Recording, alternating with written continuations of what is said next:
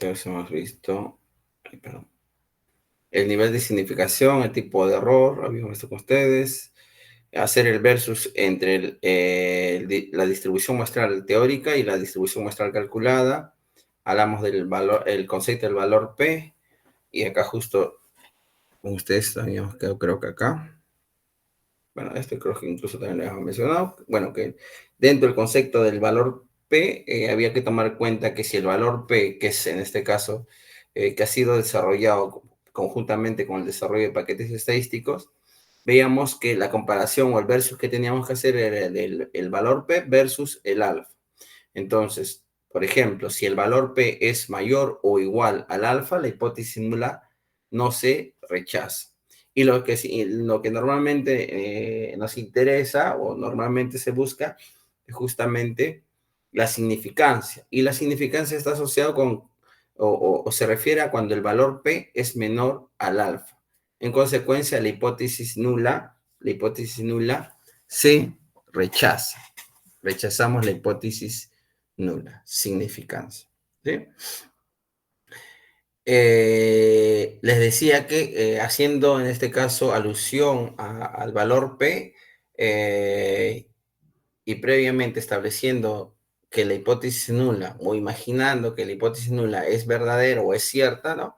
Vamos a ver que dependiendo del contraste que sea unilateral hacia la derecha o hacia la izquierda, ¿sí? O en todo caso que sea bilateral, vamos a ver que, por ejemplo, que el valor P en un contraste unilateral derecho va a corresponder a la probabilidad de que el estadístico del contraste tome valores iguales o mayores que su valor calculado con los datos experimentales o los datos muestrales. Por otro lado, cuando tenemos un contraste unilateral izquierdo, ya también el valor P corresponde a la probabilidad de que el estadístico del contraste tome valores iguales o menores que su valor calculado con los datos experimentales. Y por otro lado, cuando tenemos un bilateral, se va a referir a que el valor P se calcula como la suma de los P valores o valores P que tenemos, ¿no? Suponiendo una prueba unilateral derecha e izquierda, ¿no? Entonces, miren, para un contraste unilateral, ¿no? Derecho, el valor P corresponde a la probabilidad de que el estadístico en contraste tome valores iguales o mayores. Derecho, entonces que tome valores iguales o mayores. Izquierdo, menores o, iguales o menores. Esto haría alusión a esto acá. Entonces, en el grafiquito de puntos críticos, ¿no? Que es el valor límite en el cual yo digo, bueno, el valor de mi estadístico muestrado, de mi distribución muestral, está en la zona de rechazo o en la zona de no rechazo, también conocida como zona de aceptación. En caso del valor P es nosotros, ¿no? Hacemos el versus ya con el alfa directamente. Entonces, para aquellos, en este caso, para aquellas pruebas, en este caso, unilaterales hacia la izquierda o hacia la derecha, va a estar asociada a que el valor P tome valores justamente superiores o, inferiores en este caso, cuando es hacia la izquierda, o superiores cuando es hacia la derecha. Entonces, tenemos eso. Entonces, cuando tengamos valores ahí, vamos a justamente a rechazar la hipótesis nula. Entonces, es lo que se está describiendo acá. ¿Sí? Valor P, cuando es unilateral hacia la derecha, el valor P corresponde a los valores del estadístico del contraste que toma valores iguales o mayores, ¿no? Iguales o menores para cuando es izquierda. Similar. Bueno, pero a ver, de acá, lo que les decía que sí recuerden, y esto, digamos, si queremos resaltar algo, es incluso para su examen final, ¿no? Ya en el parcial no llegó a venir esto, creo, o sí, no, creo que no. Pero en el final sí tiene, en este caso, no, en todo caso va a volver a venir esto. Esto que debe quedar como cultura general, ¿no? Entonces, si el valor P es menor que el alfa, la hipótesis nula se rechaza. Esto se asocia con lo que se conoce como significancia. Si el valor P es mayor o igual que el alfa, la hipótesis nula no se rechaza. ¿Sí? Entonces hay que saber justamente el versus del valor P con el alfa, sobre todo cuando utilizamos software estadísticos. Esta es la 10 y ahora sí, vamos con la 11.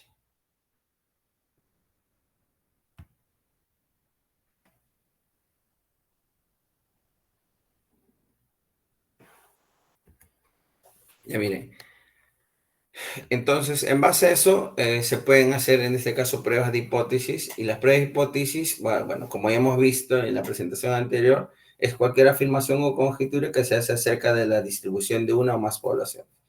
También se puede decir que es un enunciado acerca del valor de un parámetro de una población, de un parámetro poblacional en particular. Ejemplo, el peso promedio del destete de ciertos cuyes es igual a 0.21 kilogramos. Acá de quién me están hablando, hipótesis nula o hipótesis alterna. Dice que es igual. Entonces, como me está hablando de igualdad, es una hipótesis nula. Es igual, hipótesis nula. ¿Sí? ¿De quién? Es una prueba de hipótesis para quién? Para la media, porque me habla de un peso promedio. Me habla de un peso para la media, ¿sí? Si tuviese que utilizar un estadístico, bueno, una distribución muestral sería Z o T. ¿Qué me dicen? A ver, Z o T. Utilizaría una Z o un T. La pregunta ahí sería, ¿no? Dice algo referente a la varianza poblacional, no hay información al respecto. En ese pequeño anuncio no hay información al respecto. En consecuencia, yo tendría que utilizar una distribución muestral, ¿no? O la distribución muestral T, ¿no? La T de student. Ya. En la siguiente habla de la proporción de viviendas con hábitos de reciclaje es menor a 0.2. ¿De qué me están hablando? La hipótesis alterna, me habla de menor. ¿No? ¿Hay algún signo de igualdad ahí? No hay nada de igualdad. Entonces, la hipótesis alterna. Es una prueba de, ¿para quién? Para la proporción, ¿ya? En consecuencia, ¿qué distribución muestral vamos a utilizar? Z. Todo lo que sea proporción, Z. El siguiente dice que la varianza de los diámetros de ciertos árboles me está diciendo que bueno, este enunciado me habla de la hipótesis nula o la alterna. Entonces ya en base a su experiencia, en base al examen que han dado también, entenderán que está hablándome de una hipótesis nula. Entonces habla de es.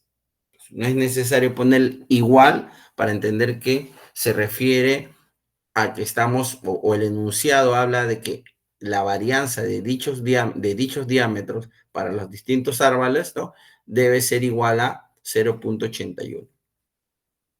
Entonces, esa es una prueba de hipótesis. ¿Para quién? Para la varianza. Me está hablando de la hipótesis nula. Un muestreo se utilizaría, bueno, como es varianza, chi cuadrado.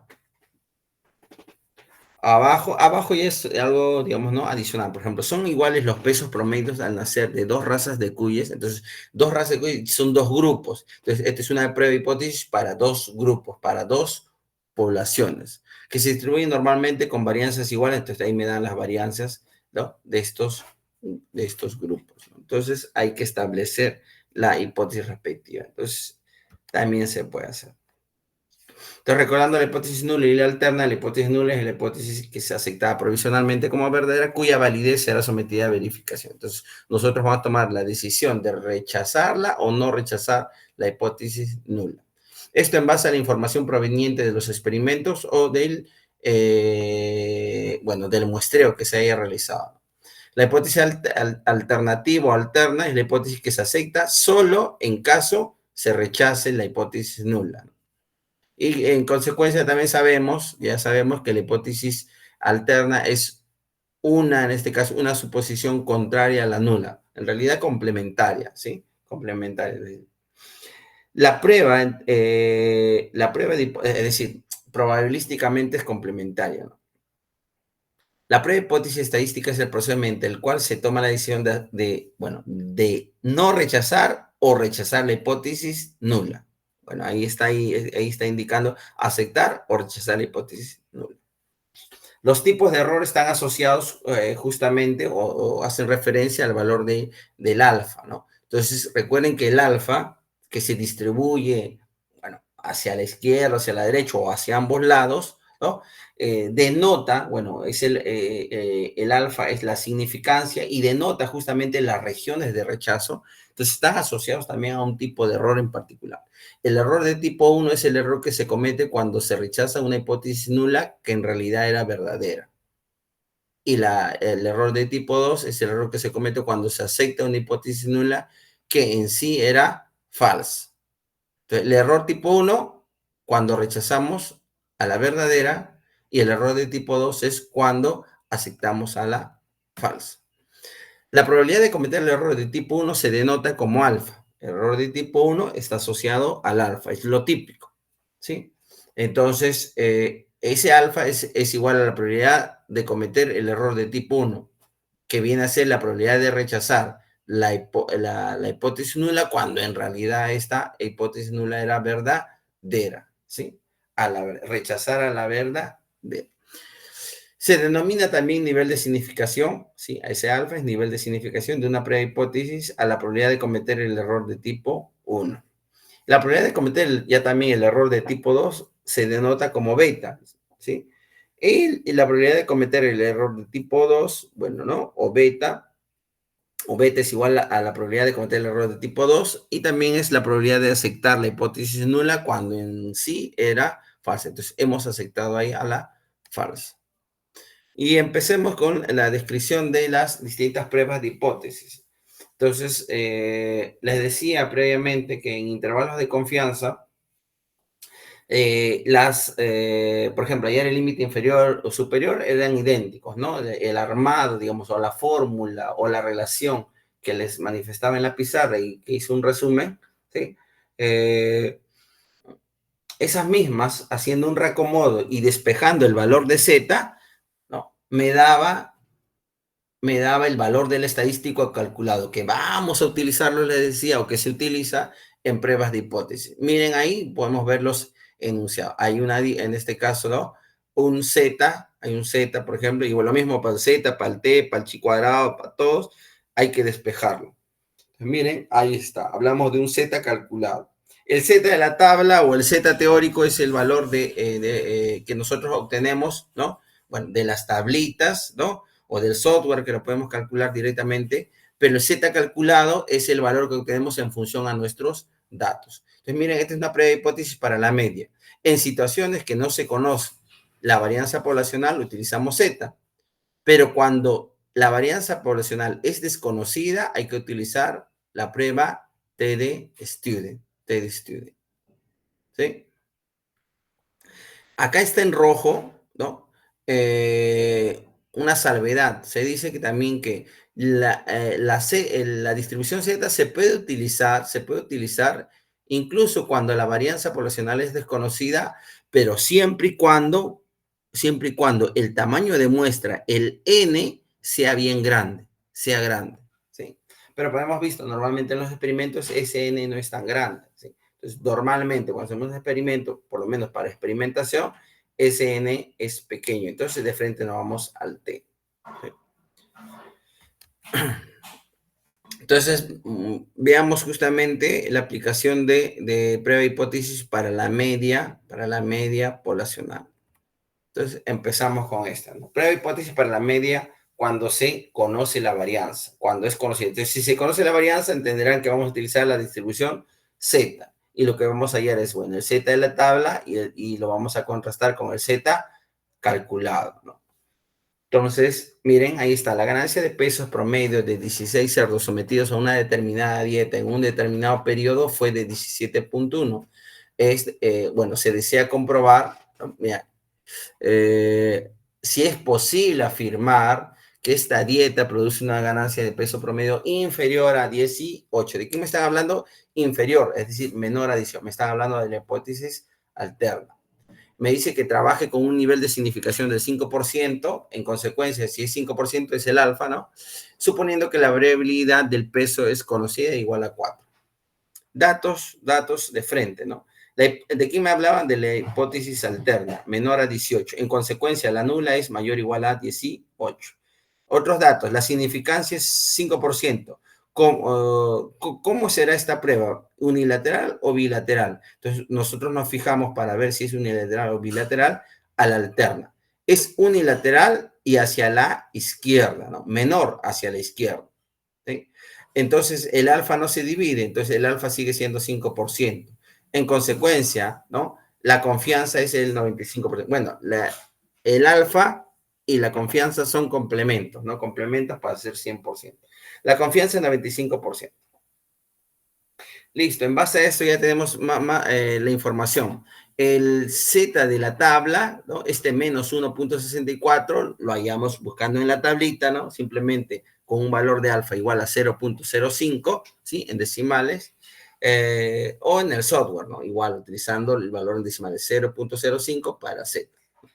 En R, él estaba, bueno, le estaba mencionando y está acá en la diapo que simplemente hay que poner Q normal, ¿no? Entre paréntesis, bueno, Q norm, entre paréntesis 0.05 y me sale el valor de Z, ¿no? El Z de la tabla, el Z teórico. Y el calculado va a depender de la información de la muestra. Por ejemplo, dice, la media es 17.1. El valor de contraste, ese 18, que es parte de la hipótesis nula y alterna, ese es el mu sub 0, les decía. El mu sub 0, ese sería ese 18. 17.1 menos este 18. Entonces regreso atrás. Miren, acá cuando vemos acá, miren, el promedio muestral X con su rayita arriba, menos el mu sub. Ese mu sub 0, ese mu sub 0 no es más que el valor de contraste en el enunciado de la hipótesis alterna y de la hipótesis nula es quien aparece, ¿no? Por ejemplo, acá cuando decimos, quiero saber si el peso promedio es inferior, es menor a 18, ¿no? Entonces he planteado mi hipótesis alterna y luego la nula por complemento. Entonces ese valor de contraste va a ser el mu sub 0, ese 18. Ya está. Luego dice, bueno, ¿no? Raíz cuadrada de quién? Bueno, la raíz cuadrada de la varianza. ¿Cuánto es la varianza? Es 4, 2. También raíz cuadrada de el n. ¿El n cuánto es? 16. Bueno, de frente 16, raíz cuadrada 4. Entonces, ¿qué me sale? Sería 2 entre 4. Eso es un medio, es 0.05. Haciendo los cálculos respectivos, el z calculado sale menos 1.8. Ese menos 1.8, ¿dónde se ubica? Si nos fijamos en el grafiquito, se ubica en la zona de acá, hacia la derecha. No, perdón, hacia la izquierda. Menos 1.64 es el punto crítico. Menos 1.8 está más a la izquierda. Entonces, por lo tanto, cae en la zona de rechazo. Entonces, con un nivel de significación de 0.05 o un nivel de confianza, en todo caso, del 95%, podemos decir que la hipótesis nula se va a rechazar. Eso que les acabo de explicar ahí está acá, ¿no? Paso a paso en la presentación. Ahí está cómo se estableció, en este caso, la región, en este caso, de rechazo, no rechazo, zona de aceptación, el alfa que no se ha dividido, el z calculado que previamente le hemos hallado acá. Estamos viendo que cae en menos 1.8 y la conclusión es que se rechaza la hipótesis nula. Por lo tanto, con un 95% de confianza es posible decir que esta dieta produce una ganancia de peso promedio inferior a 18, ¿no? Entonces, como estamos rechazando la nula, recién podemos hablar de la alterna. Eso mismo está acá en R, ¿no? En R está el desarrollo del ejercicio en R, el previo hipótesis para la media, conociendo la varianza poblacional. Ahí está. Lo único que utilizamos el R, es decir, en vez de hacer los cálculos, hacer esto con la calculadora, esto lo puedo pasar en R, ¿no? Como una pequeña fórmula, que ustedes lo pueden, ¿no? Observar rápidamente. A ver, ¿qué podemos resaltar de esta diapositiva acá, por ejemplo, ¿no? El alfa 0.05 para hallar el valor de ZT, simplemente pongo Q normal del alfa, ¿no? Porque está hacia la izquierda. Sería entonces Q normal de 0.05. 0.05. Y el Z calculado sería simplemente la media menos el valor de contraste, el mu sub 0. ¿Quién es? 18. La media, ¿quién es? 17 puntos. No.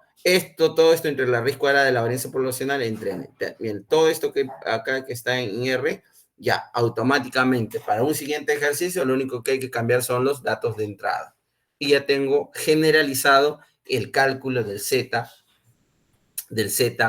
en prueba de hipótesis para la media poblacional, ¿no? Para la media poblacional.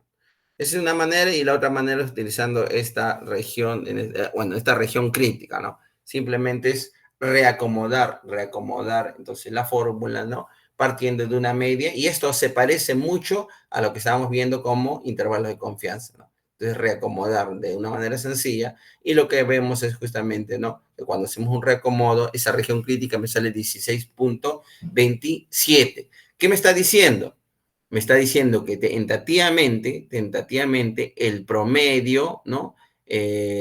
O la media es de 16.27, pero en tu prueba de hipótesis, en tu hipótesis nula estabas diciendo que es mayor a 18 y la alterna te está diciendo que es menor a 18. Si te está saliendo 16.27, en consecuencia, no se va a cumplir la hipótesis nula. La nula te está diciendo mayor o igual a 18 y te sale 16. En consecuencia, rechazamos la nula. ¿Sí? Miren, esa es una siguiente forma, ¿no? Te lo pongo ahí en la parte usando la región crítica, ¿no? Que es una forma alternativa. Pero lo normal es hacer, ¿no? Lo de arriba. Acá hay otro ejercicio que ustedes lo pueden en este caso desarrollar, ¿no? Donde los datos simplemente cambian, ya no son el N, ya no es en este caso 16 cerdos, sino 18 cerdos, la media es 17.2 y acá en este caso me está hablando que ponga, en este caso, se desea comprobar si es posible afirmar que la dieta produce una ganancia de peso promedio menor o igual a 17.5. Menor igual. Entonces, me están hablando de la hipótesis nula. Hipótesis nula. Menor igual. ¿Sí? Menor igual. En contraste, la alterna sería mayor a 17.5, ¿no? Ahí está hablando del nivel de significancia 4% y la variabilidad de peso conocida igual a 3.5. ¿Sí? Eso también se puede desarrollar. Simplemente hay que cambiar, retrocedemos ahí y cambiar los datos, ¿no? De entrada, ¿no? Para que el cálculo sea al toque. Acá está una 3 donde tenemos una bilateral. Cuando hablamos de bilateral, entonces acá dice, por ejemplo, ¿no? Se desea contrastar con un nivel de significación del 5% la hipótesis de que la talla media de los hombres de 18 años a más, este es solo un enunciado, ¿no? 18 no tiene nada que ver acá, ¿no?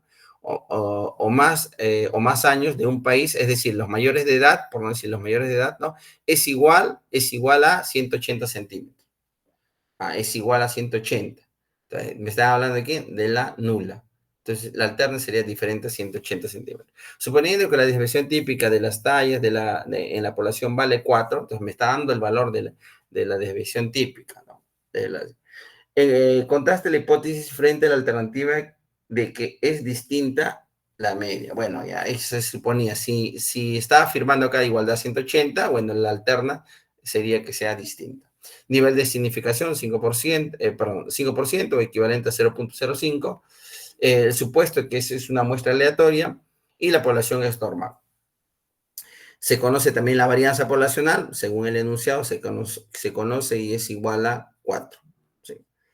Hallamos entonces, ¿de qué se trata? Si se conoce distribución Z, es una bilateral, dos regiones de rechazo. El alfa es 5%, pero al ser bilateral se divide en 2.5% para cada lado.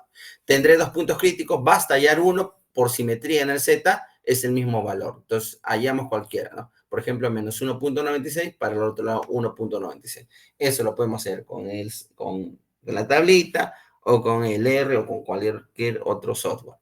Hallamos el valor de Z calculado en base a la información brindada, ¿no? Entonces tenemos la media, que es 173.47, es la media.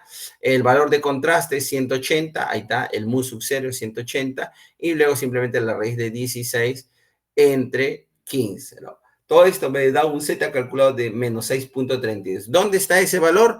Bueno, si los puntos críticos, ¿no? Los puntos críticos eran menos 1.96 y 1.96, menos 6.32 estará más hacia la izquierda, más hacia bueno, es menor a menos 1.96, más a la izquierda entonces, está entonces en la zona de rechazo. En consecuencia, se rechaza la hipótesis nula, por lo tanto, con un 95% de confianza, es posible afirmar que la talla promedio de los varones mayores de 18 años es diferente a 1,80 centímetros.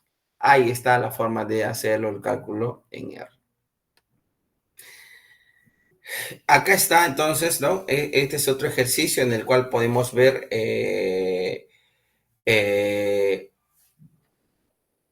acá ya cuando no conocemos, mira, supongamos que se desconoce la desviación típica.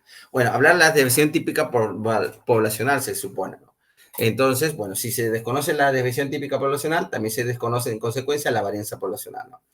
Pero tenemos datos de una pequeña muestra, de las alturas de un conjunto de personas. El nivel de significación es 5% y se plantea la hipótesis. Entonces, se desea contratar la hipótesis nula con un nivel de significación igual a 5%. ¿Cuál es la hipótesis nula y cuál es la alterna? Bueno, ahí entonces ya está planteada la hipótesis. Bueno, hay ejercicios a veces donde ya te plantea la hipótesis. Dice que la nula la media es menor a 1,68 y la alterna mayor a 1,68. Determinar el nivel de significación, bueno, 5% es igual a 0,05. Para ver, en este caso, podemos darnos cuenta que es una unilateral.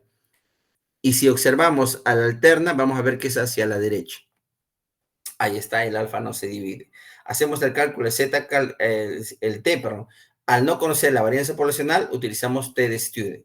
Entonces tenemos el t calculado y el t de la tabla y hacer el verso para dar nuestra conclusión. Acá está en R todo el procesamiento de esto, ¿no? Y me sale ahí el valor de t calculado y el t de la tabla. El t de la tabla 1,76 y el t calculado 2,88. Entonces, miren, 1,76, ¿sí? Para el t de la tabla y 2,87 para el calculado. Entonces, 1,76 acá y más hacia la derecha el t calculado. Entonces, también, como está en la zona de rechazo, se rechaza la hipótesis nula. Entonces, miren, acá en resumen, para la media, prueba hipótesis para la media es sencillo, ¿no? Entonces, lo único que tenemos que recordar, al igual que intervalo de confianza, ver qué distribución vamos a utilizar, Z o T.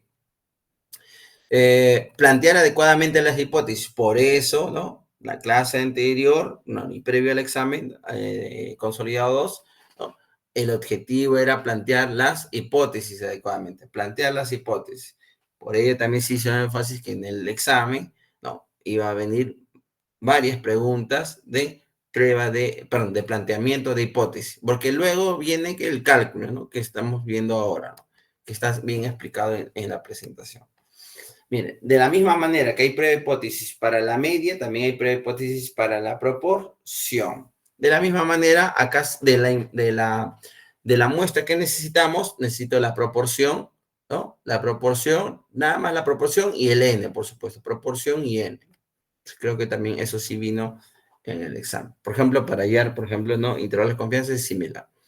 Entonces, miren, acá igual, la proporción siempre está asociada a una distribución Z, el Z calculado. Entonces, hacemos la diferencia de la proporción muestral menos la proporción de contraste. El pi sub 0 es la proporción de contraste. Es decir, ese valor que aparece cuando planteamos la hipótesis nula y la hipótesis alterna, ese valor es el valor de contraste. Hay que resaltar. Proporción de la muestra menos el valor de contraste o la proporción de contraste. Luego, raíz cuadrada de la proporción de contraste multiplicado por 1 menos la proporción de contraste entre n. Así de sencillo es el valor, se halla el valor de z, ¿no? De z. Un ejemplo sencillo, en una muestra de 105 comercios seleccionados al azar en una zona, se observa que 27 de ellos han tenido pérdidas en este mes. Un analista económico de la zona establece que la proporción de comercios en la zona con pérdidas es igual o superior a 0,35. Igual o superior. En otras palabras, mayor o igual a 0,35. Me están hablando de la hipótesis nula. La alterna que sería menor a 0,35. Utilice un nivel de significación del 5%. Entonces, ¿qué tenemos? De una muestra de 105, 27 han tenido pérdidas. Entonces, la proporción sería 27 entre 105. De ahí sale la proporción. ¿Sí? Entonces, el cálculo sería P, que es la proporción 27 entre 105, menos pi sub 0. ¿Pi sub 0 quién es? 0,35. Todo esto entre la raíz de ¿quién? Pi sub 0, ¿quién es? 0,35 por 1 menos 0,35. Todo esto entre n. ¿Cuánto es n? El n es 105. Ya está. Y de ahí sale el valor de z calculado. Y hay que compararlo con el de la tabla. ¿Cuánto sale z calculado? Ahí está justo. Z calculado menos 1,99. y z de la tabla 1,64. Está eso más hacia la izquierda que el punto crítico, que es menos 1,64. Entonces, otra vez se rechaza la hipótesis nula. El cálculo en R está ahí debidamente descrito, ¿no? Debidamente descrito. Y por último, la fórmula para hacer prueba de hipótesis para la varianza. De la misma manera se despeja la varianza o el chi cuadrado, ¿no?, de la varianza. ¿Qué necesito de la muestra? Necesito la varianza muestral y el n, nada más. ¿No? También esto es sencillo. Entonces, ejercicio para esto, igual lo que les decía, lo que más se usa en salud, ¿no? Igual en intervalos lo vimos, ¿no? Más se utiliza en salud son de proporciones y siempre utilizando Z, esto, entonces no debe, porque esto, por ejemplo, puede ser prueba de hipótesis para la prevalencia, para la proporción de enfermos. Entonces, normalmente van a utilizar esto. Cuando tengan, digamos, hagan prueba de hipótesis, por ejemplo, para los pesos, para las tallas, bueno, peso, talla, con cantidad de colesterol o cantidad, en este caso, de colesterol típica, o de cantidad o concentración de una determinada hormona de repente, si tienen, digamos, datos de ese tipo, bueno, ahí tendrían que hacer, bueno, ese es para la media, entonces tendrían que utilizar este cuadrito para hallar el Z o T calculado. Y normalmente es el T calculado, ¿por qué? Porque nos basamos en información muestral. Para la varianza es más propio de otras áreas. ¿Sí? Entonces, eso. Entonces ya le decía que esto, ¿no? Esto en práctica, ¿no? En práctica debería entonces resolver una serie de ejercicios al respecto. Entonces acá en la presentación teórica hay ejercicios, ¿no? Sobre todo para la media y para la proporción, ¿no? Y esto es aplicar. Esto es aplicar.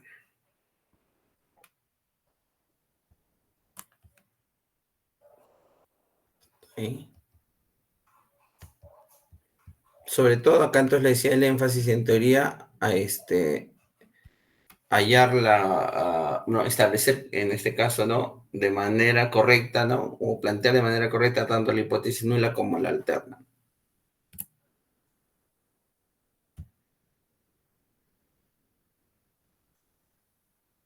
¿Sí? Entonces, en el caso de práctica, por ejemplo, ¿no? Entonces ya ejercicios hasta de los cálculos, ¿no? Ya se han hecho.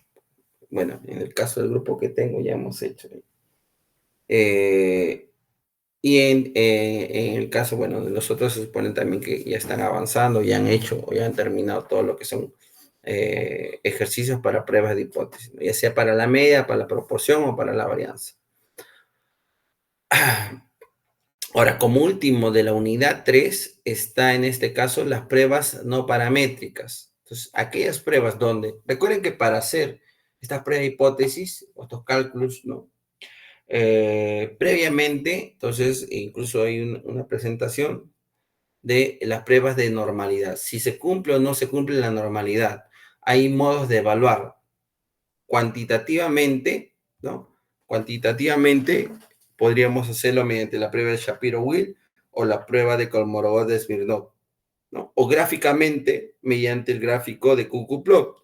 El gráfico Kukuplov es una interpretación de alguna manera, vamos a decir, entre comillas, subjetiva, porque la idea es que los puntos dispersos, ¿no?, se sobrepongan o se acerquen mucho, ¿no?, vamos a decir, a la línea de 45 grados, a la diagonal, ¿no? Esas eran las dos maneras, cosa que también se preguntó en la evaluación, ¿no?, en el examen que han dado la semana pasada. Entonces, pero cuando no se cumple la normalidad, ¿qué se hace? Cuando no, en este caso, no se cumple ni la normalidad ni la homogeneidad de varianzas, en realidad, de ambos. Entonces, cuando no se cumple esto, ¿no?, se utilizan otras pruebas para evaluar o para hacer, en este caso, bueno, para evaluar un conjunto de datos como parte de un experimento. Entonces, tenemos este cuadrito que resume claramente, ¿no?, los análisis que se pueden hacer. Por ejemplo, si yo quiero describir, caracterizar un grupo mediante una prueba paramétrica, yo puedo hacer una prueba de hipótesis para la media o para la varianza. Por ejemplo, una prueba no paramétrica debido a que no se cumplió la normalidad, bueno, yo tendría que hacer describir ese grupo ya no con la mediana, no con la media, sino con la mediana. no con la varianza, sino con el rango intercuartílico. Si quiero hacer un análisis, comparar un grupo con un determinado valor, esto ya claramente es una prueba de hipótesis, yo tengo entonces una prueba paramétrica es realizar una t-student para una muestra. Y el no paramétrico sería realizar la prueba de Wilcoxon, que es lo que vamos a ver a continuación, o voy a describir a continuación. Si yo quiero comparar dos grupos, se utiliza la t-student para dos muestras, y el no paramétrico es hacer una prueba de Mann-Whitney. Cuando quiero entonces comparar ya también dos grupos, dos grupos pero pareados, es decir, un antes y un después, se utiliza la prueba t-student. Siempre y cuando no se cumpla la normalidad, es decir, aplico estadística paramétrica. Y el no paramétrico, la prueba de Wilcoxon, ambos. Cuando se quiere comparar ya, bueno, dos o más, en este caso grupos, bueno, algunos dicen tres o más grupos, es el análisis de varianza como prueba paramétrica y en este caso la prueba de Kruskal-Wallis para en este caso, en situaciones de aplicar o ser necesario, ¿no?, un análisis no paramétrico. Si yo quiero correlacionar variables, bueno, ¿no?, paramétrico, cuando se cumple la normalidad, utilizo, en este caso, la prueba de Pearson, ¿sí? Y cuando tengo, en este caso, que mis datos no cumplen la normalidad, bueno, tendré que hacer una prueba no paramétrica como la de Spearman, ¿no? La de Spearman. Entonces, ¿qué vamos a ver? Bueno, vamos a ver en esta instancia, vamos a describir, ¿no?, en qué consiste la prueba de Wilcoxon. Introducción. Entonces, muchas veces los datos de experimentos, ¿no?, o producto de haber hecho un estudio, digamos, muestral, vamos a ver que nuestros datos no presentan una distribución aproximada, no se asemejan, no se acercan a la normal. Tampoco a una binomial, a una Poisson o distribuciones parecidas. En estos casos, en consecuencia, es necesario es necesario analizar esos datos, ¿no? Pero si nosotros aplicamos, por ejemplo, una prueba de tipo paramétrica, ¿no?, las conclusiones a las que vamos a llegar nosotros no van a ser confiables. Por eso que en estos casos realizar inferencias mediante distribuciones típicas no resulta, ¿no?, conveniente. Entonces, para ello tenemos que aplicar algunas pruebas alternativas que se conocen como parte del análisis no paramétrico.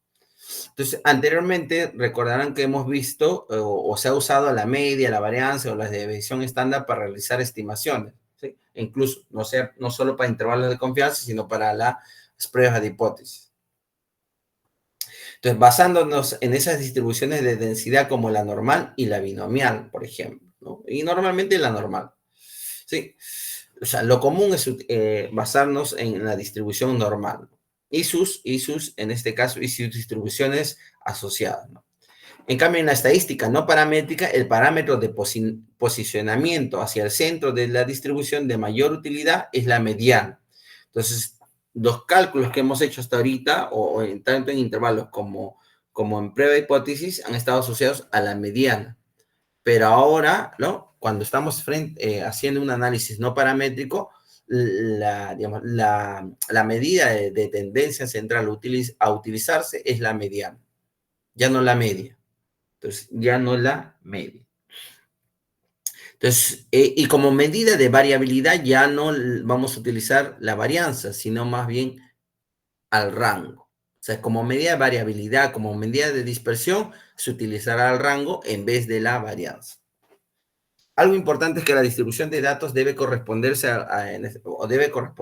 con el orden estadístico. Eso sí, cuando se hace un análisis no paramétrico, hay que tomar en cuenta el orden de los datos. Esto es con el número que tiene una variable, en un conjunto de datos ordenados de forma ascendente. Entonces, nos vamos directamente a la prueba de Wilcoxon.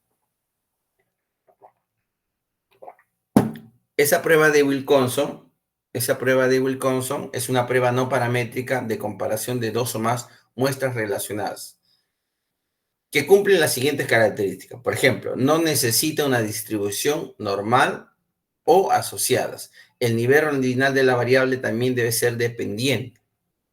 Esta prueba de Wilcoxon se utiliza para comparar dos mediciones de rangos, ¿no? Basadas en la mediana y determinar que, en este caso, que la diferencia no se deba al azar, es decir, que la diferencia sea de tipo significativo. Esta Wilcoxon también se utiliza para dos muestras pareadas, es decir, cuando tenemos un conjunto de individuos, ¿no? Al inicio le hacemos unas mediciones, ¿sí? Por ejemplo, sus pesos. Luego los sometemos a una dieta, ¿sí? Y hacemos posterior a la aplicación de la dieta, ¿no? De repente, luego de un mes o 2 meses o 3 meses o 6 meses, hacemos unas nuevas mediciones. Entonces tenemos el antes y el después. Cuando tengamos eso, estamos frente a muestras pareadas, ¿no?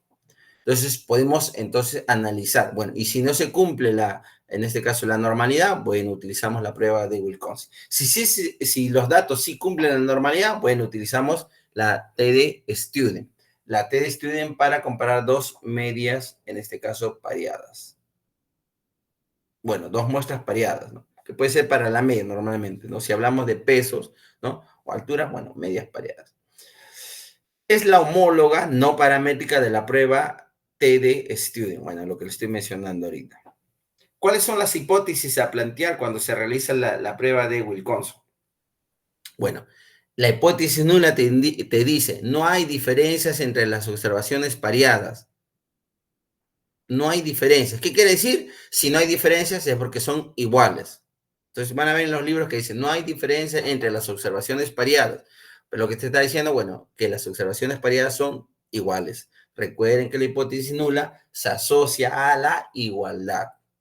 A la igualdad. Y la alterna, ¿qué sería? Si hay diferencias entre las observaciones pareadas. Ya sabemos que las observaciones pareadas se refieren al grupo antes y después.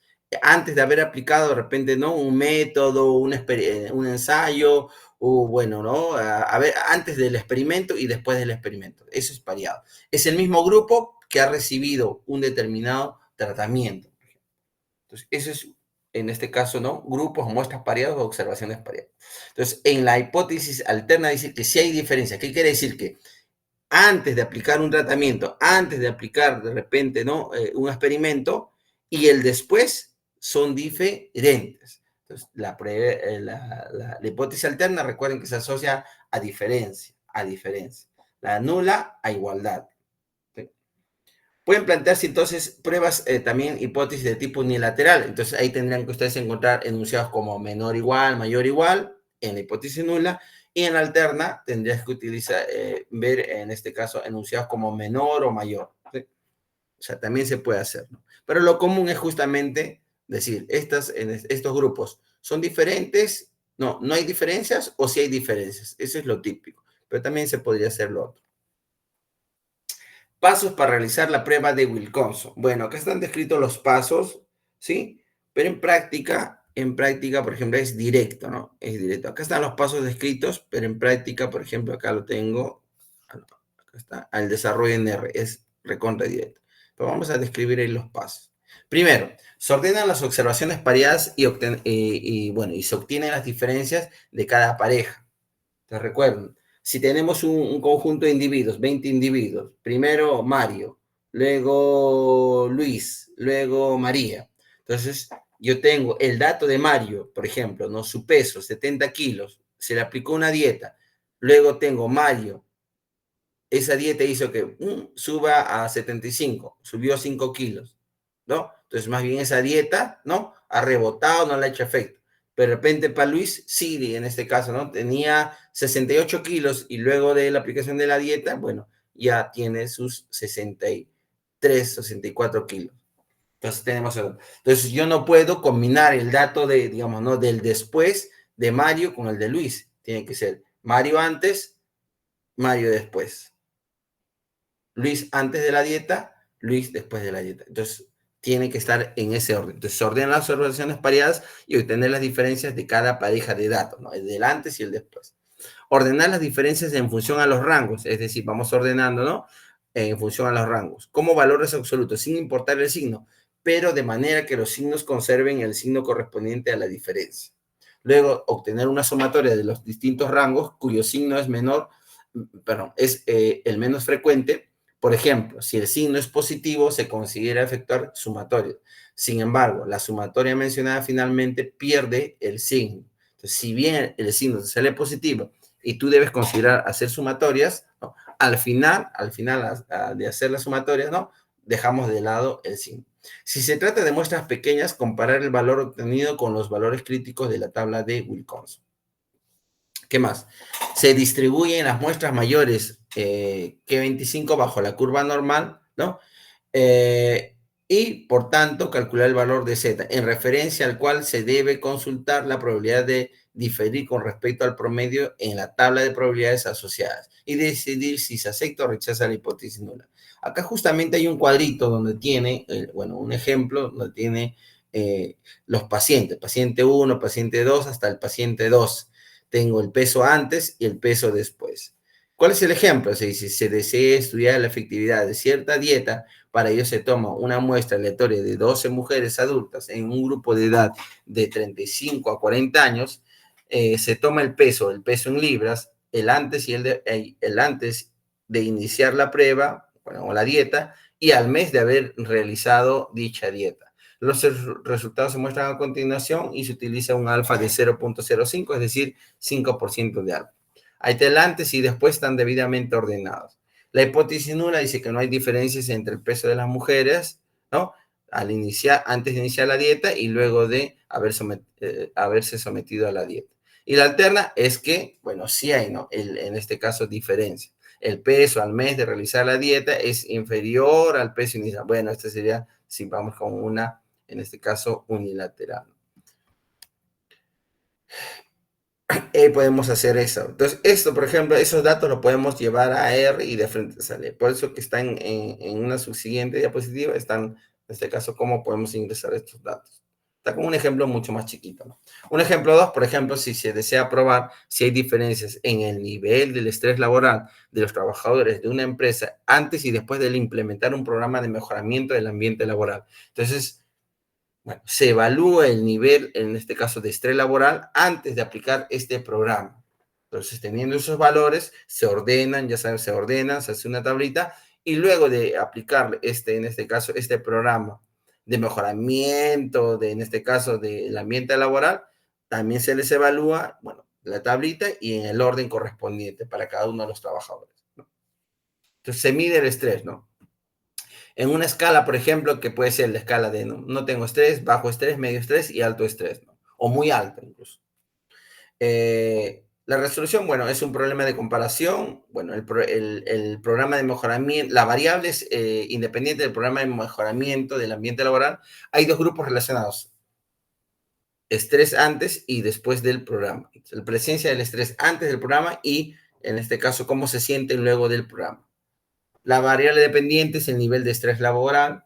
El nivel de medición de la variable dependiente es de tipo ordinal. Hay un orden. ¿Por qué es una variable ordinal? Bueno, estamos hablando de nada, bajo, medio, alto y muy alto. Es una variable ordinal. Si tuviese que dar códigos, tendría que ser, por ejemplo, nada, 0, bajo 1, etcétera, etcétera. O si no, nada 1, bajo 2, medio 3, alto 4 y muy alto 5. O los valores que uno desee, pero siempre manteniendo un orden, ¿no? Puede ser también 2, 4, 6, 8, 10, ¿sí? También puede ser, pero manteniendo un orden.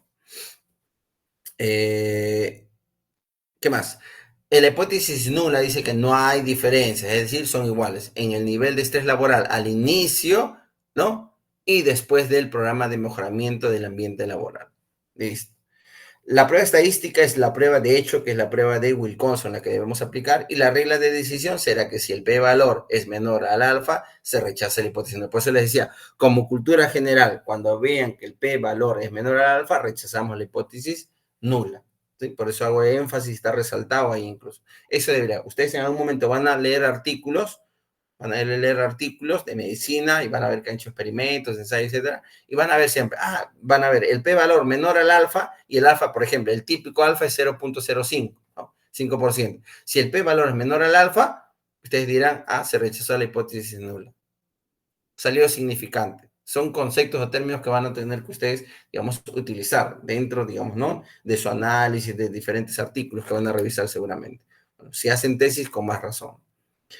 Nota, el nivel de significancia que se establece en ciencias sociales y en psicología normalmente, miren, normalmente es del 5%, 0.05. Esto puede variar en la regla de decisión, que va desde 0.01 hasta 0.001. Sí se requiere mayor certeza de la prueba de hipótesis. Pero lo típico, lo normal es utilizar, ¿no?, un alfa de 0.05 o 5%. Eso implicaría, por complementariedad, que la confianza es del 95%. Es el valor normalmente utilizado en ciencias sociales, psicología e incluso en medicina, ¿no? En R, ¿qué se hace? Sencillo, ¿no? En R, que contiene una función llamada Wilcox Test, bueno, puede ser cualquier otro programa, no solo el R, puede ser otro, tendrá en este caso, su función a desarrollarse, ¿no? En el caso del R, que es donde tengo el ejemplo, en este caso, desarrollado, digamos, la serie de pasos o comandos a utilizar, que está acá en esta presentación, bueno, se realiza justamente utilizando este comando, wilcons.test. Entonces se realiza este test de Wilcoxon entre dos muestras cuando se indica, por ejemplo, paire, ¿no? Es decir, pareados. Pareados, sí. Bueno, no ponemos sí, ponemos, ¿no?, en inglés, verdadero, ¿no? Pareado, verdadero, true. ¿Sí? Entonces, ¿qué hacemos? Ponemos el comando wilcons.test, ¿no? En X va a representar el conjunto de datos antes y en Y va a representar el conjunto de datos después.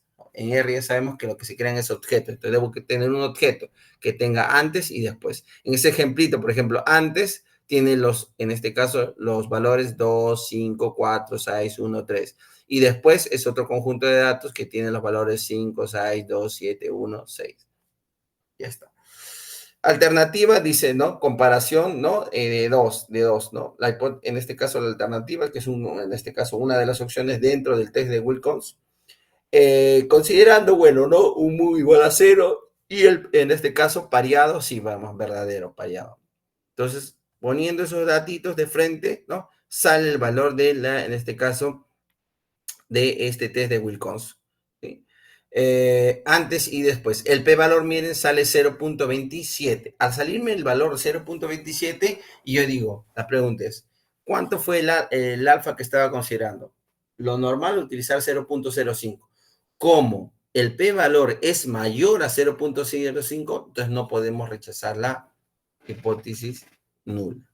Recuerden que está en la anterior, ¿no? Entonces, la regla de decisión, si el p-valor es menor al alfa, se rechaza la hipótesis nula. En este caso, considerando el alfa 0.05, ¿sí?, el p-valor ha salido 0.2. Esto es mayor, entonces no se rechaza la hipótesis nula, ¿no? Ya está. Cuando hay, en este caso, ligaduras o TIS de Wilcox, no es capaz de, en este caso, bueno, cuando hay algunas conexiones entre los conjuntos de datos, ¿no?, el test Wilcox lo puede reconocer, ¿no?, cuando hace los cálculos, ¿no? Por lo tanto, el cálculo de ese p-valor no es tan exacto, por lo que devuelve un p-valor aproximado asumiendo que en este caso, que esa distribución, ¿no?, bueno, va a tener una distribución de forma aproximadamente a la normal en estos casos, o cuando los tamaños muestrales, perdón, son mayores a 25, es recomendable emplear la función, ¿no?, bueno, derivada también de la prueba de Wilcox, que es Wilcox Signet, guión bajo test, ¿no?, del paquete llamado coin, que está también en R, ¿no?, que devuelve el valor exacto para el p-valor en lugar de una aproximación. Y bueno, para eso igualito, ¿no? Ahí podemos cargar los datos, generamos un data frame, ponemos el antes y el después y aplicamos ese Wilcox Sign, ¿no?, guión bajo test, ¿no?, del antes y del después. Eso es de frente. Entonces, si ustedes tienen conjuntos de datos con esta primera opción nomás, con la primera, al toque sale. Ponen estos datos, el antes y después, corren y te sale tu p-valor. Y de frente tú dirás, ¿no?, acepto o rechazo la hipótesis nula. Y se acabó. Para cualquiera de estos ejercicios previamente mencionados se puede hacer. Sobre todo para este uno que hay tan datos ahí. Entonces, eso en práctica. Si no lo hacen con R, lo harán en todo caso, ¿no?, con otro software o quizás a mano. Bueno, pero a mano se les va a hacer más tedioso.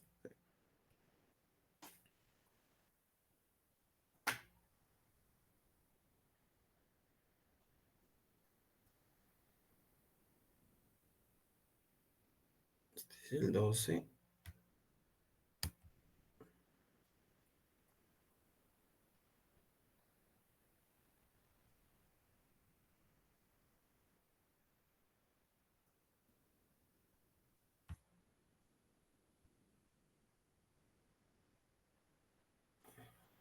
Ya, y como parte ya de la unidad 4, como parte de la unidad 4, vamos a avanzar a la unidad 4. Estamos en la unidad 4. Sí,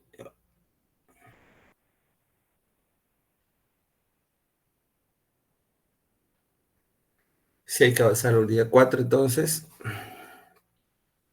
A ver, en esto que queda, avancemos a la unidad 4.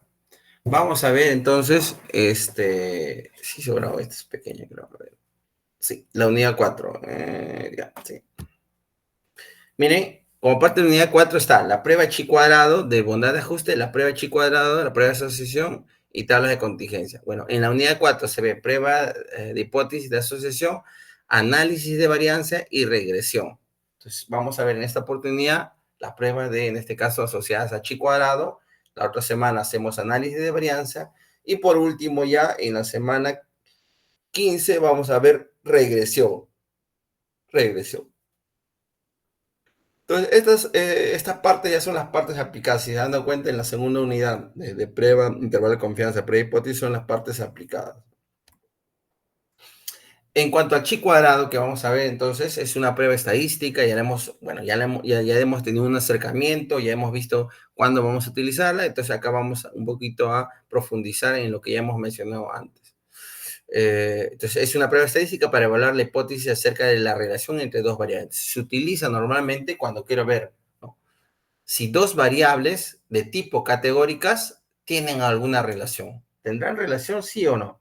Se simboliza como, bueno, x al cuadrado, y cuadrado, ¿no? Y la hipótesis a probar es que este conjunto de datos o este conjunto de grupos de elementos están correlacionados o no. Entonces, la hipótesis nula te dirá, no hay asociación, no están relacionados. Y la alterna te dirá, sí están asociados, sí están asociados, sí hay una relación. Las variables involucradas, dos, en este caso son dos. Esta prueba no considera relaciones causales, ¿sí?, pero nosotros vamos a asociar dos variables. El nivel de medición de las variables puede ser nominal, entonces recuerden que son variables categóricas. Esta categoría pueden ser nominales o ordinales incluso. Es una distribución de tipo asimétrica. El chi cuadrado recordarán también incluso, ¿no? Incluso en el examen vino qué tipo de distribución era. Bueno, sí, asimétrica. No, en el caso de ustedes creo que no vino, creo que en el examen, en el parcial. Ya, bueno, pero si hemos visto y recordamos, la distribución de chi cuadrado es de tipo asimétrica. Solo toma valores positivos y es asintótica con respecto al eje de las x positivas, ¿sí? Entonces, ese chi cuadrado es mayor a cero, siempre es mayor a cero y menor a más infinito. Entonces, no hay un valor de chi cuadrado que sea negativo, por eso decía, no, el valor siempre de chi cuadrado positivo. Siempre. Está caracterizada por un único parámetro, n, llamado grados de libertad. Recuerden que también chi cuadrado necesita de sus grados de libertad, adoptando formas distintas según el valor de n. El área comprendida entre la curva y el eje de las x es 1 o 100%. Recuerden que ya sabemos, ¿no? 1 100% es el área comprendida o el área bajo la gráfica, ¿sí? 1 100%. Aplicaciones de la prueba de chi cuadrado. Entre las distintas aplicaciones o las más frecuentes en el área de salud podemos señalar lo siguiente. La prueba de asociación mediante el uso de tablas de contingencia, la cual permite al investigador determinar si existe asociación entre dos variables en escala de medición nominal u ordinal. Prueba de asociación que utiliza tablas de contingencia. Y también está la prueba de bondad de ajuste, ¿no? Entonces, esas son en este caso, las aplicaciones más frecuentes para el chi cuadrado en el área de salud. Procedimiento. En el procedimiento lo que se hace es un cálculo a través de una tabla de contingencia o tabulación cruzada. Ahorita vamos a ver una tablita de estas, ¿sí? Es sencilla. Es una tabla de dos dimensiones y cada dimensión contiene una variable. Entonces, vamos a ver, por ejemplo, sexo, y puede ser el sexo, y la otra variable podría ser la edad. No, la edad, bueno. Sexo, y a ver qué más podría ser, si está sano o enfermo. Eso podría ser, ¿no? Ya, vas a tener puras variables categóricas. Cada variable se subdivide en 2 o más categorías, ¿ya? El ejemplo de la tabla 2 por 2, por ejemplo, cada dígito indica una variable y el valor de este indica el número de categorías de la variable. Veamos acá, mira. Ejemplo de una tabla de contingencia 2 por 2, por ejemplo, dos variables. ¿Cuáles son las variables?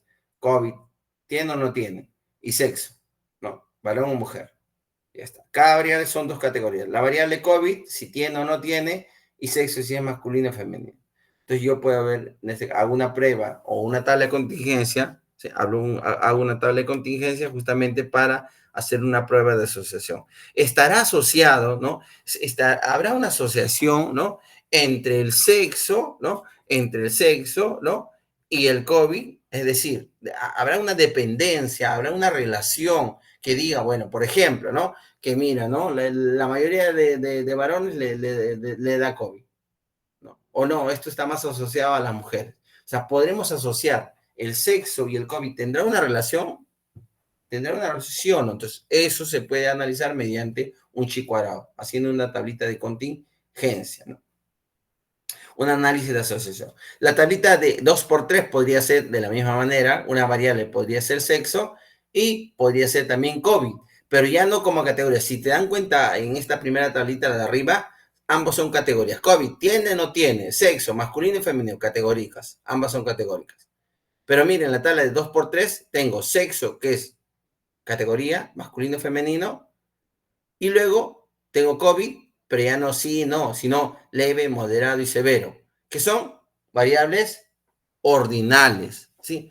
Hay un orden. Si yo quisiera codificar leve 1, moderado 2 y severo 3, u otro valor que yo quiera darle, pero hay un orden, es un ordinal. Entonces también le estaba diciendo que se utiliza también para ordinales, ¿sí? Ordinales. El chi cuadrado, en consecuencia, es una prueba que parte del supuesto de no relación entre dos variables. El supuesto es no hay una relación entre las variables. Hace una comparación entre frecuencias observadas y frecuencias esperadas. Eso también es típico. Por ejemplo, ¿no? No sé si se acuerdan de repente, si recuerdan su curso de, no sé, de biología, sí, biología debe ser, cuando han visto genética, han visto Mendel, las proporciones de Mendel, ¿no? Las esperadas, cuando hace un cruzo, ¿no? Bueno, del guisante, y de la semilla, si es rugosa, si es amarilla, si es verde, etc. Entonces, hay unas proporciones esperadas. Eso nosotros podemos hacer un experimento y podemos ver si en ese experimento las proporciones que obtenemos en el experimento se asemejan con lo teórico, con lo que está, digamos, ¿no? Ya estipulado, calculado probabilísticamente. Entonces, ¿se asemejarán o no? Entonces, mediante una prueba de chi cuadrado, ¿no? Justamente yo puedo comparar las frecuencias observadas y las frecuencias esperadas. A ver, si no hay relación entre las variables, las tablas de frecuencias observadas y esperadas deben ser similares, ¿no? Si hay una relación entre las variables, las tablas de frecuencias observadas y esperadas deben ser diferentes. Bueno, es una consecuencia. El procedimiento, y acá está, ¿no? En la tabla de contingencia se anotan las frecuencias observadas en la muestra de investigación, ¿sí? Se calculan las frecuencias esperadas para cada celda, ¿no? Frecuencias esperadas, teniendo el total marginal de una fila y el total marginal de la columna. Todo esto entre n. N, ¿quién viene a ser? El tamaño de la muestra. Bueno, ahí dice el número total de frecuencias observadas, tamaño de la muestra. Se aplica la siguiente fórmula de chi cuadrado, ¿no? Es decir, que el chi cuadrado es la sumatoria de toda la diferencia de observaciones, ¿no? De lo observado menos lo esperado elevado al cuadrado entre el esperado. ¿Sí? Chi cuadrado. Bueno, O es en este caso frecuencia observada en cada celda y es la frecuencia esperada en cada celda. Ahora, se calcula la diferencia entre la frecuencia observada y la esperada. Esta diferencia se eleva al cuadrado y se divide entre la frecuencia esperada. Finalmente, se suman estos valores de cada uno de estos valores de chi cuadrado y la sumatoria de todos esos, de todas estas operaciones, diferencias entre lo observado y lo esperado elevado al cuadrado entre el esperado. Al sumar todos estos ya tenemos el valor del chi cuadrado. Por ejemplo, acá tenemos un ejemplo del procedimiento para calcular chi cuadrado. Ahí está. Zona norte, P1, zona norte, P2, zona norte, P3, zona sur, P1, zona sur, P2, zona sur, P3. ¿Qué tenemos ahí? Bueno, en cuanto a variables, tenemos zona norte y zona sur, dos, ¿no? Con dos categorías. Pero ahí tenemos P1, P2 y P3. Bueno, ¿no? Otra variable, ¿no? Pero ya con tres categorías. Tres categorías. Lo observado, por ejemplo, 180 y el esperado 145. La diferencia de estos dos es, es 34.6, ¿no? Elevar al cuadrado la diferencia de estos es 1197.16 y dividirlo entre el E, que era 145.4, me sale 8.23. Eso mismo hay que hacer para cada uno de los observados y esperados, ¿no? Y al hacer la sumatoria de cada uno de estos, ¿no? Tenemos el valor de chi cuadrado. Y con eso tomamos la decisión, ¿no? Entonces nos vamos al chi cuadrado de la tabla y diremos justamente, hacemos el versus, chi cuadrado de la tabla versus chi cuadrado, en este caso calculado. Entonces el chi cuadrado, ¿no? O el cálculo de ese chi cuadrado crítico, el cual se obtiene de una tabla específica, bueno, entonces el teórico. Entonces esto que hemos obtenido es el chi cuadrado calculado con nuestros datos, ahí están los datos. Ahora yo debo irme a la tablita, ¿no? A la tablita, y en la tablita, ¿no? Puedo sacar, bueno, ya sea en R o en el software que ustedes utilicen, saquen el valor del chi cuadrado teórico, ¿no? En R recordarán, bueno, lo que hemos estado haciendo prácticas es Q chis Q, ¿no? Q chis Q y le ponemos el valor del alfa y también en este caso tenemos que introducir en este caso los grados de libertad, ¿no? N-1. Bueno, ese chi cuadrado crítico, el cual se obtiene en una tabla específica en donde se busca la intersección entre los grados de libertad y el nivel de significación del alfa, ¿no? Grados de libertad simplemente es, ¿no? El N-1, bueno, dice la fila menos 1. En el ejemplo, por ejemplo, en el ejemplo podríamos tener, bueno, dependiendo de las categorías, recuerden que tenemos 3 menos 1 y 2 menos 1, ¿no? Entonces, hay uno con tres categorías, P1, P2, P3, y el otro solo con 2. ¿Sí? Entonces, 3 menos 1 por 2 menos 1, igual a 2. Con un nivel de significancia, típicamente les decía, ¿no? En salud utilizan 0.05. Bueno, si quieren ser un poquito más exigentes, 0.01.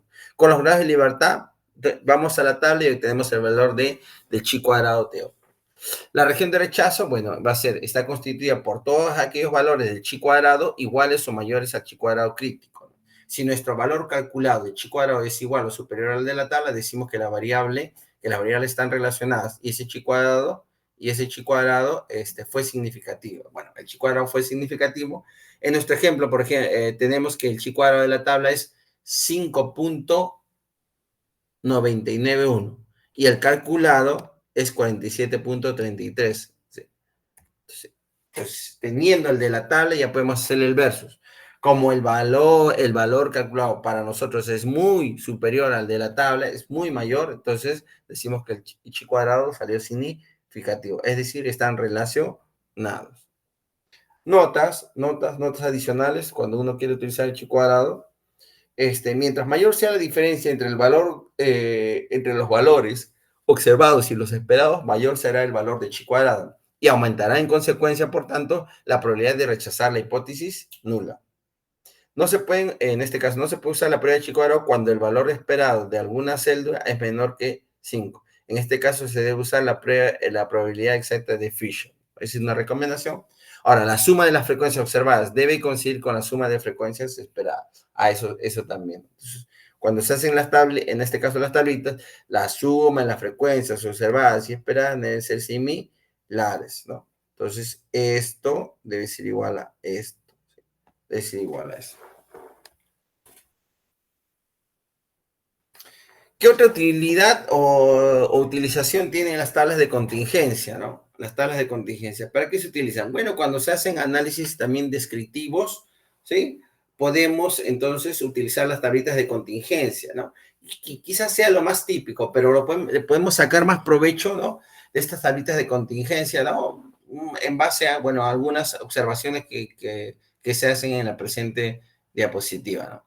Bueno, son útiles, por ejemplo, para describir conjuntamente dos o más variables, ¿sí? Bueno, por ejemplo, es una tabla de contingencia, tenemos dos variables a más, incluso podríamos tener.